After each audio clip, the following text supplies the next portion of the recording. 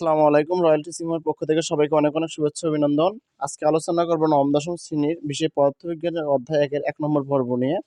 তো পদার্থবিজ্ঞান জিনিসটা কি এটা আগে আমরা জানবো। তো পদার্থবিজ্ঞান জানবো কি পদার্থবিজ্ঞান কি? তো বিজ্ঞানের যে শাখায় পদার্থ ও শক্তি নিয়ে আলোচনা করা হয় তাকে পদার্থবিজ্ঞান বলে। এখন পদার্থ জিনিসটা কি? পদার্থ এবং শক্তি পদার্থ জিনিসটা কি? যার ভর আছে, জায়গা দখল করে এবং জড়তা আছে তাকে পদার্থ বলে। এখন এরপর আমরা শক্তি নিয়ে আলোচনা বা শক্তি কি? কাজ করার সামর্থ্যকে বলা হয় শক্তি বলে।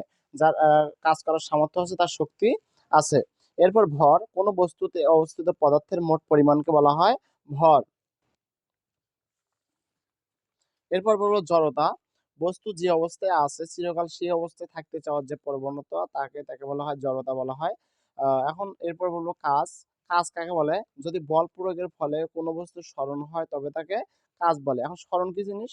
এর বল কি জিনিস? এখন বল যা স্থির বস্তুর উপর ক্রিয়া করে বা গতিশীল করে এবং গতিশীল বস্তুর উপর ক্রিয়া করে গতির পরিবর্তন করে বা করার চেষ্টা করে তবে তাকে বল বলে। যেমন একটা বস্তু আছে, আমরা যদি ক্রিয়া করে কি করি? গতির পরিবর্তন করি, করার চেষ্টা করি তবে এটাকে বলবো বল। মানে বাহিরে যেটা বল মানে প্রয়োগ করে বস্তুর অবস্থানের মানে পরিবর্তন করা হয় সেটাকে বলা হয় বল।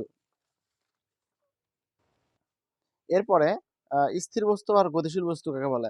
স্থির বস্তু সময়ের পরিবর্তনের সাথে পরিবেশের সাপেক্ষে কোনো বস্তুর অবস্থানের পরিবর্তন না হলে তাকে স্থির বস্তু বলে। মানে সময় চলে যাচ্ছে, যেমন বস্তুর অবস্থানে পরিবর্তন হচ্ছে না, সাপোজ এটাকে বলা হয় স্থির বস্তু। আর গতিশীল বস্তু কাকে বলে? সময়ের পরিবর্তনের সাথে পরিবেশের সাপেক্ষে কোনো বস্তুর অবস্থানে পরিবর্তন হলে তাকে গতিশীল বস্তু বলে। সরণ কাকে বলে? যে সরণ আ নির্দিষ্ট নির্দিষ্ট দিকে পরিবেশের সাপেক্ষে কোনো বস্তুর অবস্থানের পরিবর্তন হলে তাকে সরণ বলে। পরিপার্শ্ব জিনিসটা কি? কোনো বস্তুর চারপাশের যে অবস্থা, এই অবস্থাকে বলা হয় পরিপার্শ্ব। এরপর আসবো পদার্থবিজ্ঞানের পরিসর। তো পদার্থবিজ্ঞানের পরিসরটা অনেক বড়। তো যে অনেক প্রাচীনকাল থেকে আস্তে, আস্তে বর্তমান চলে আসছে, এটার অবদান হচ্ছে কারণ পদার্থবিজ্ঞানের সবচেয়ে বড় অবদান হচ্ছে ইলেকট্রনিক্স আরকি। ইলেকট্রনিক্সের কারণে সব মানে বর্তমান সভ্যতাটা উন্নতির দিকে চলে আসছে। এরপরে যদি বলি হচ্ছে পদার্থবিজ্ঞান যেহেতু বিজ্ঞানের একটা অন্যতম শাখা, তো এটা হচ্ছে অনেকগুলো শাখার সমন্বয়ে তৈরি। যেমন অ্যাস্ট্রোনমি বা জ্যোতির্বিদ্যা ও পদার্থবিজ্ঞান মিলে তৈরি হয়েছে অ্যাস্ট্রোফিজিক্স বা জ্যোতির্পদার্থবিজ্ঞান বা নবপদার্থবিদ্যা। তো আমি বইয়ের ১ম থেকে শুরু করেছি।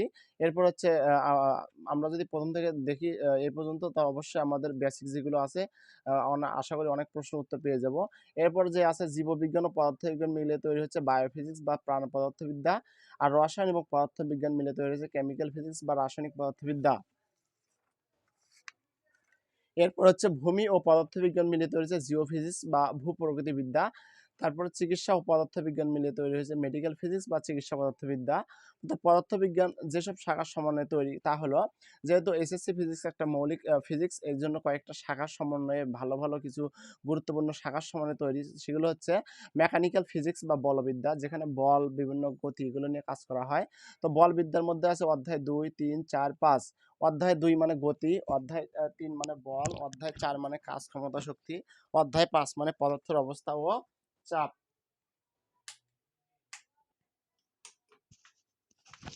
তো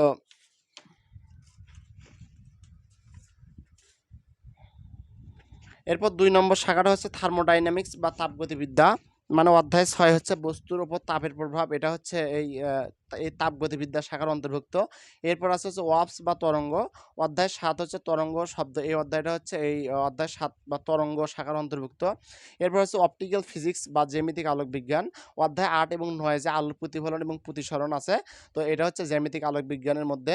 আবার হচ্ছে ইলেকট্রিসিটি অ্যান্ড ম্যাগনেটিজম অর্থাৎ হচ্ছে অধ্যায় ১০, ১১, ১২ অর্থাৎ স্থির তড়িৎ, ১১ হচ্ছে চল তড়িৎ, ১২ বিদ্যুতের চৌম্বকীয়। এটা হচ্ছে এই মানে ইলেকট্রিসিটি অ্যান্ড ম্যাগনেটিজম মানে এটা হচ্ছে তড়িৎবিদ্যা শাখার অন্তর্ভুক্ত। আদার্স বা অন্যান্য শাখাগুলো আছে হচ্ছে অধ্যায় ১, ১৩ এবং ১৪। ১ নম্বর অধ্যায় হচ্ছে ভৌত রাশি ও পরিমাপ, এখান থেকে এমসিকিউ আসে বেশি। তারপর ১৩ আধুনিক পদার্থবিজ্ঞান ও ইলেকট্রনিক্স। ১৪ হচ্ছে জীবন বাঁচাতে পদার্থবিজ্ঞান। পদার্থবিজ্ঞান ক্রমবিকাশ, পদার্থবিজ্ঞান ক্রমবিকাশ ১, ২, ৩, ৪ করে এভাবে চলে আসছে। আদি পর্ব গ্রিক, ভারতবর্ষ, চীন ও মুসলিম সভ্যতা। থেলিস, গ্রিক বিজ্ঞানী থেলিস প্রথম কার্যকারণ এবং যুক্তি ছাড়া শুধু ধর্ম এবং অতীন্দ্রিয় এবং পৌরাণিক কাহিনীভিত্তিক ব্যাখ্যা গ্রহণ করতে অস্বীকার করেছিলেন এবং সূর্যগ্রহণের ভবিষ্যৎবাণী করেছিলেন এবং লোডস্টোনের চৌম্বক ধর্ম সম্পর্কে জানতেন। তো এখান থেকে এর আগে একটু বলে থাকি যে পদার্থবিজ্ঞান যে শাখা, তো এখান থেকে হচ্ছে মেকানিক্যাল ফিজিক্স থেকে মনে করো হয়তো মানে এখান থেকে একটা এই শাখা থেকে একটা আসবেই গতি, বল, গতি থেকে আসবে বা বল থেকে কাজ, ক্ষমতা, শক্তি বা পথের অবস্থা এবং চাপ থেকে, অথবা 2 এবং 3 মিলে, অথবা 2 এবং 4 মিলে, অথবা 4 এবং 5 মিলিয়ে, মানে এই যে শাখা এখান থেকে একটা অথবা দুইটা হইতে পারে, মানে গতি, বল, কাজ, ক্ষমতা, এখান থেকে একটা বা দুইটা প্রশ্ন আসবে, একটা তো আসবেই 4টার মধ্যে থেকে, এবং যেহেতু এটা বলবিদ্যা শাখার অন্তর্ভুক্ত, এই শাখা থেকে একটা আসবেই, দুটাও আসতে পারে। এরপর হচ্ছে থার্মোডাইনামিক্স বা তাপগতি, এই 6 অধ্যায় থেকে একটা আসবে। আর হচ্ছে 3 তরঙ্গ শব্দ, এখান থেকে একটা প্রশ্ন হয়। অপটিক্যাল ফিজিক্স, আলোর প্রতিফলন বা প্রতিসরণ, এখান থেকে প্রতিবারই একটা প্রশ্ন হয়। তো আমরা যদি 6 এবং 7 অধ্যায় পড়ি তাহলে আমরা অবশ্যই একটা প্রশ্ন কমন পাবো। তো এইভাবে আমরা হচ্ছে পরীক্ষা কমন পাওয়ার জন্য এমসিকিউ গুলো আমরা প্রতিটা শাখা থেকে আমরা কি করব, পড়ার চেষ্টা করব। এরপর হচ্ছে পিথাগোরাস। পিথাগোরাস হচ্ছে জ্যামিতিতে বিশেষ অবদান আছে এই বিজ্ঞানীর, এবং কম্পমান তার উপরে যে মৌলিক কাজ ছিল এখানে অবদান ছিল। ডেমোক্রিটাস তিনি প্রথম ধারণা দিয়েছিলেন যে পদার্থের অবিভাজ্য একক আছে, অর্থাৎ পদার্থকে ভাঙতে ভাঙতে এমন অবস্থায় যে পদার্থকে আর ভাঙা যায় না, এটাকে ভাঙলে যে পদার্থকে আর ভাঙা যায় না, তিনি এর নাম দেন অ্যাটম বা পরমাণু। আর তিনি বলেন যে পৃথিবীর সবকিছু পরমাণু দিয়ে গঠিত। এরপর আসলে অ্যারিস্টটলের কথা। অ্যারিস্টটল বলেন এর মতে পৃথিবীর সবকিছু মাটি, পানি, বাতাস এবং আগুন, এই 4টা উপাদান দিয়ে তৈরি। তারপরে আসা হচ্ছে আরিস্তারাক্সের কথা। আরিস্তারাক্স প্রথমে সূর্যকেন্দ্রিক সৌরজগতের ধারণা দিয়েছিলেন এবং তার অনুসারী সেলিউকাস যুক্তিতর্ক দিয়ে এটা প্রমাণ করেছিলেন। এরপর আসে আর্কিমিডিসের কথা। তো আর্কিমিডিস কি করছে, তরল পদার্থে ঊর্ধ্বমুখী বলের বিষয়টি বা প্লবতা আবিষ্কার করেন, যে স্থির তরল বা বায়ু পদার্থ আংশিক বা সম্পূর্ণ নিমজ্জিত কোনো বস্তুর উপর স্থির, মানে তরল পদার্থ যে ঊর্ধ্বমুখী একটা বল প্রয়োগ করে সেটাকে বলা হয় প্লবতা। ইরাটোস্থিনিস হচ্ছে সঠিকভাবে পৃথিবীর ব্যাসার্ধ বের করেছিলেন। এরপর হচ্ছে আল খোয়ারিজমি, তার লেখা বই আল জাবির থেকে বর্তমান অ্যালজেব্রা বা বীজগণিত কথাটি এসেছে, অ্যালজেব্রা বা বীজগণিত যেটা আসি, এটা লেখা হচ্ছে আল খোয়ারিজমির। ইবনে আল হাইয়াম, ইবনে আল হাইয়ামকে বলা হয় আলোক বিজ্ঞান স্থপতি। আল মাসুদি প্রকৃতির ইতিহাস নিয়ে 30 খণ্ডে একটা এনসাইক্লোপিডিয়া বই লিখেছিলেন। শেনকোয়ার, যিনি চৌম্বক নিয়ে গবেষণা করেন এবং ভ্রমণের সময় কম্পাস ব্যবহার করে দিক নির্ধারণ করেছেন।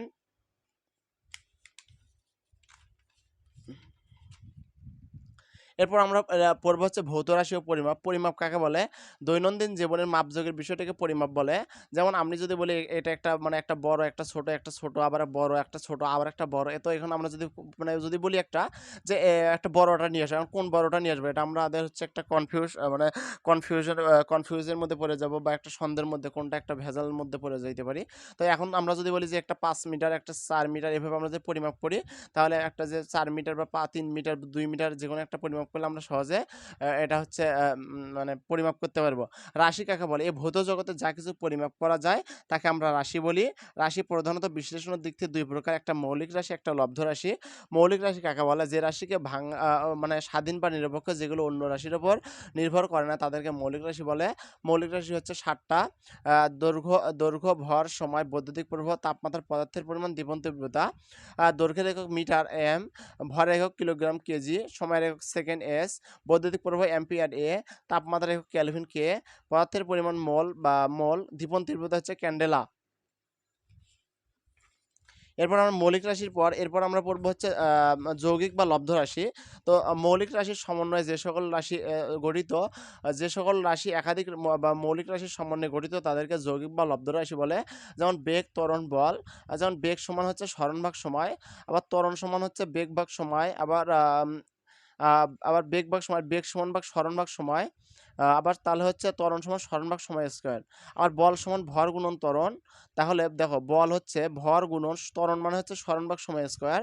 তাহলে দেখো বল তাহলে একাধিক মানে কি ভর, সরণ এবং সময়ের সমন্বয়ে তৈরি। তারপরে হচ্ছে ত্বরণ হচ্ছে সরণ আর সময়ের সমন্বয়ে, মানে দুইটার সমন্বয়ে তৈরি। আর বেগ হচ্ছে সরণ ভাগ সমন্বয়ে তৈরি, সরণ ভাগ সময়ের সমন্বয়ে তৈরি। তাহলে এটার বেগকে ভাঙলে দুইটা, সরণ এবং সময় দুইটা রাশি পাওয়া যায়।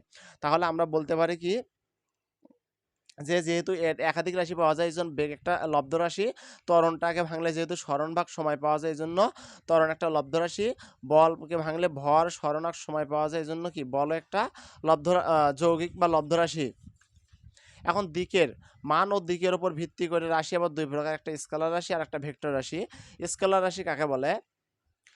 স্কেলার রাশি যে সকল রাশিকে প্রকাশ করার জন্য শুধুমাত্র মান নির্ণয়ের প্রয়োজন হয় কিন্তু দিক নির্ণয়ের প্রয়োজন হয় না, তাদেরকে স্কেলার রাশি বলে। যেমন সময়, দৈর্ঘ্য, ভর, তাপমাত্রা। যেমন সময় 10, এখন কয়টা বাজে, মানে 10টা বাজে বা 8টা বাজে, এখন সময় কোন দিকে যাচ্ছে এটা তো বলা দরকার নাই, এটার প্রয়োজন হয় না, এই জন্য সময় একটা স্কেলার রাশি। যেমন দৈর্ঘ্য, যেমন 5 মিটার, এখন 5 মিটার যে দৈর্ঘ্য এটা কোন দিকে যাবে, এটা কোনো মানে আমার দিকের কোনো প্রয়োজন নেই, এই জন্য দৈর্ঘ্য একটা স্কেলার রাশি।